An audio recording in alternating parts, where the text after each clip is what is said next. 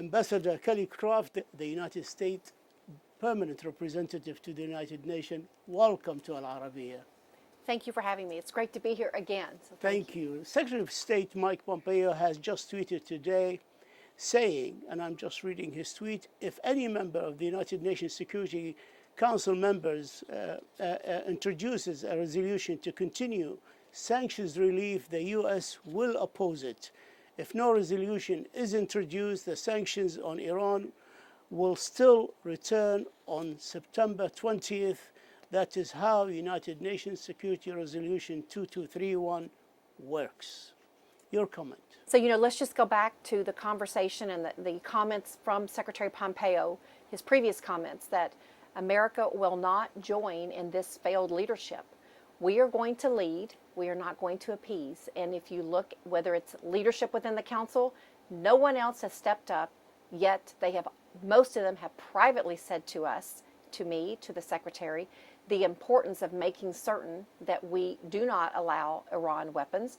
If you look today at the conversation between the Israeli foreign minister and the German foreign minister, both agreeing that it's so important that we deny Iran weapons. And of all the countries in the world, Germany, they know the importance of protecting Israel.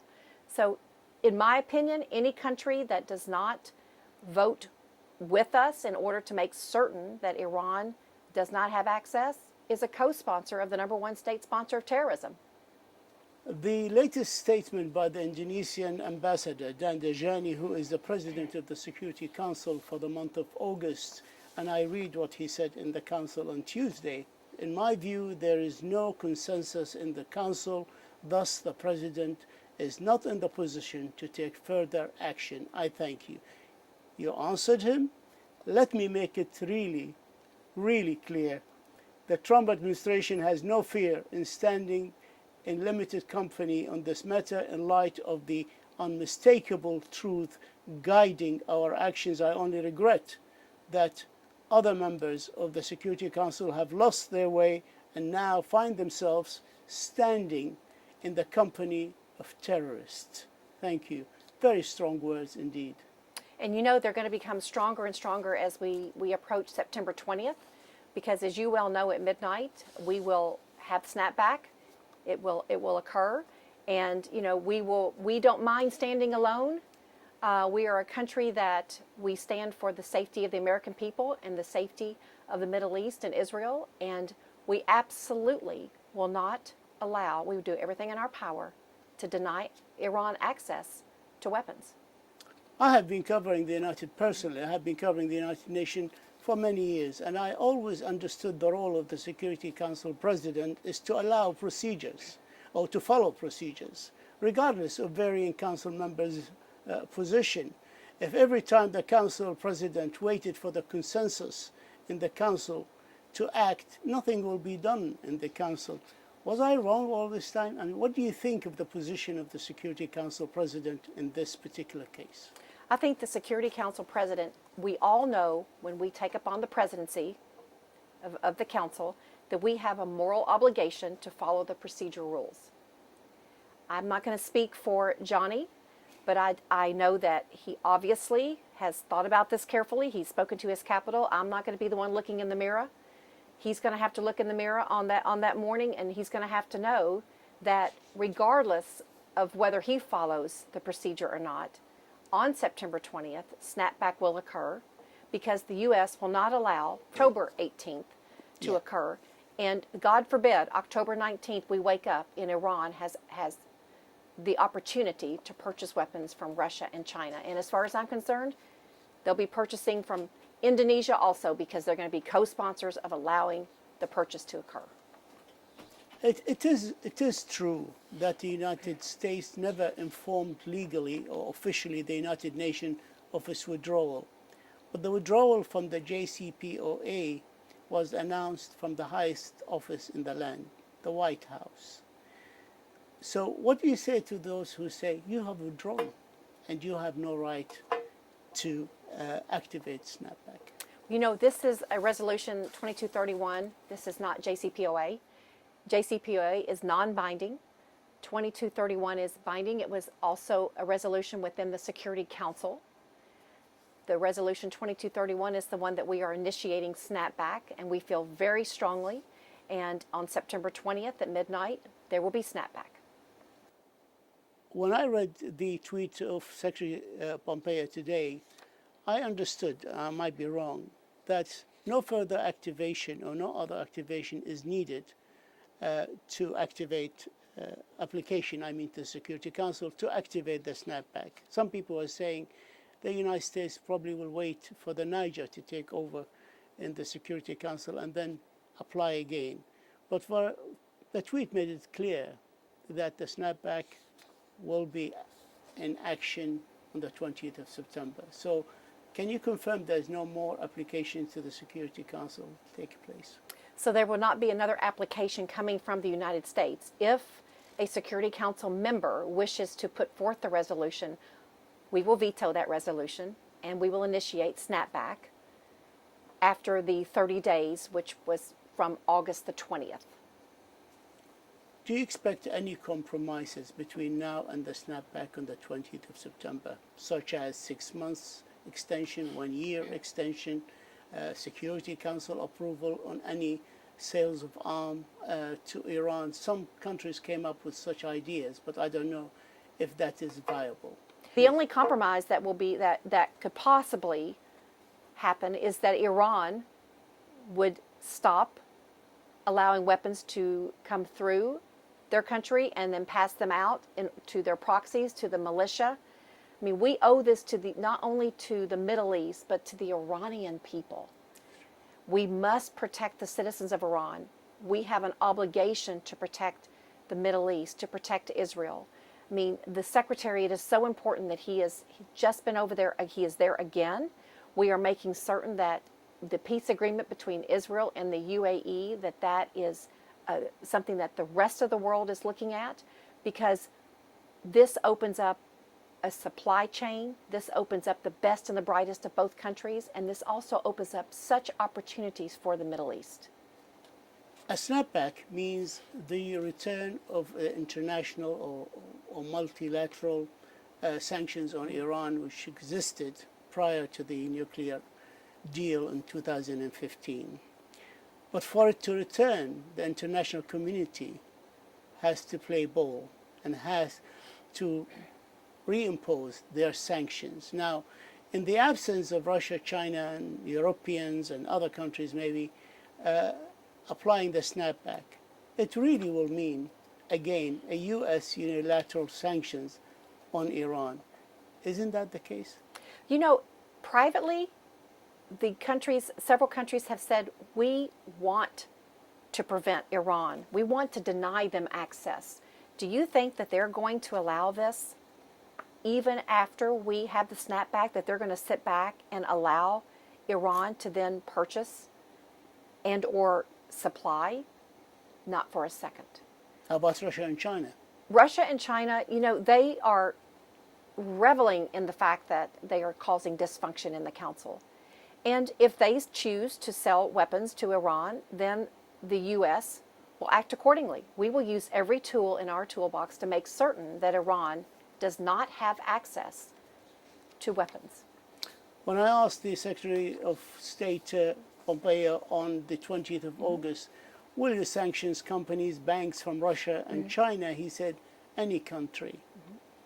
Is that still the case? Absolutely. We will be sanctioning anyone and any entity that comes between the United States and our denying Iran access to weapons. The Obama administration reasoning for joining the JCPOA is that unilateral sanctions are not as effective as multilateral sanctions. That's their logic at the time. Why does the Trump administration think U.S. unilateral sanctions will be successful this time round? Well, you know, the problem with the JCPOA was it was a flawed deal. So that's the president's first initiative was, you know, we do not want a flawed deal, a deal that allows any openings whatsoever for there to be other conventional weapons that would be allowed in Iran. So that was the president's one of his first decisions is that we would deny them access. We feel as if any sanctions that take place are going to be helpful, and whether that is through the snapback, which will occur, or unilateral sanctions, anyone who stands between the U.S. and our snapback and our, denying Iran weapons is going to also be a recipient of sanctions. The European Union announced on Friday, the 21st of August, last Friday, that the nations, 5 nations, Russia, China, Britain, France, and Germany, and Iran, will attend on the 1st of September some sort of a conference in Vienna. The U.S. is not taking part. What can you tell us about what is expected of such a meeting in Vienna? Well, we don't know because we are not taking part, and we are not going to be taking part in any conversations unless the conversation is going to be concerning Iran no longer having access to weapons, no longer being able to give weapons, to supply weapons to whether it's Yemen, Syria, the militias in Iraq, Lebanon. There are so many countries just waiting and just imagining what's going to happen if the U.S. was not successful in snapback. So, what does it say to you and to everybody actually when the U.S. tried to get the arms embargo extended on Iran? Not one European ally stood with the United States. This is not a popularity contest. And we your will allies. Stand alone. But they are your allies, and you should be able to depend on them. But our allies have said privately that they too agree that the worst thing that could ever happen was that Iran be allowed weapons. So I understand they have to answer to themselves. They have to answer to their own citizens. They will have to answer to the other countries. What the U.S. is concerned about, what President Trump is concerned about, is protecting the Middle East, Israel, the citizens of Iran, and making certain that we deny them access to weapons of any sort. When the snapback is activated on the 20th of September, do you have any concern that the Iranians, there is a movement within the parliament to have a law forcing the government to withdraw from the JCPOA if the snapback is applied? Do you have any concern about Iran pulling out the nuclear deal? The only concern I have is making certain that the snapback is in place, because that will deny them any access. That will deny them the opportunity to continue with nuclear, to be able to take ballistic missiles and put nuclear warheads. But some argue that if Iran withdrew from the nuclear deal, they'll be free to enrich and to have nuclear activities of enrichment and tests. Doesn't that worry you? Well, it does worry me, and that is one of the reasons that we have initiated snapback, is they are already have violated the JCPOA. So they have been in violation of the JCPOA. They have been in violation of the amounts of uranium, of the different nuclear activity. So therefore, that's why we are initiating snapback. The IAEA, the International Atomic Agency in Vienna, now we understand the chief, Rafael Grossi, visited Iran this week. And do you believe that the IAEA will obtain the access they need to enter sites where the Iranians are suspected of having stored or used undeclared nuclear material? Let's flip that. Do we really believe that Iran means that they're going to allow them access?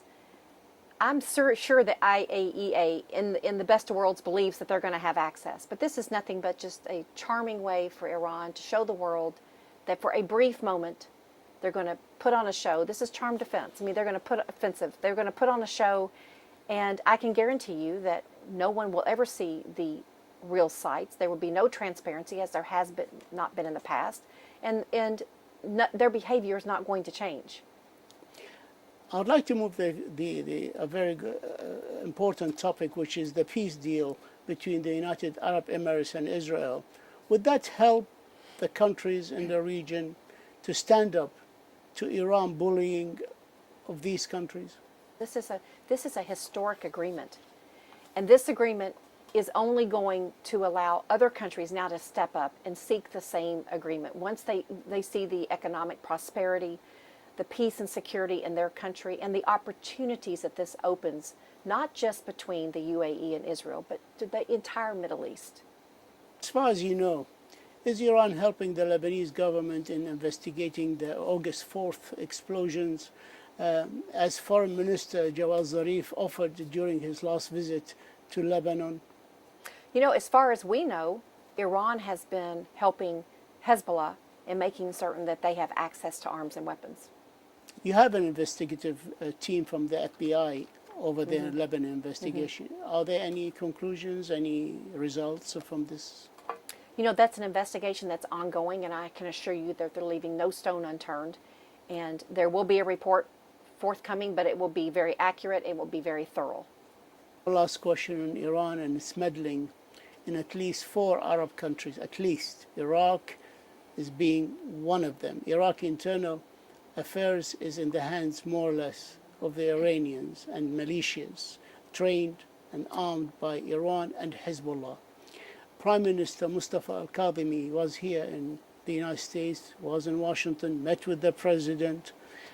What can you say to the Iraqi people who want to rid Iraq from these militias and the Iranian influence? What can you say to allay their fear that the world community, the West, the United States, are standing beside them? Well, they could see just by the conversation that took place that President Trump stands for the people in Iraq, and that is one of the very many reasons that we are adamant about snapback and in protecting the people of the Middle East.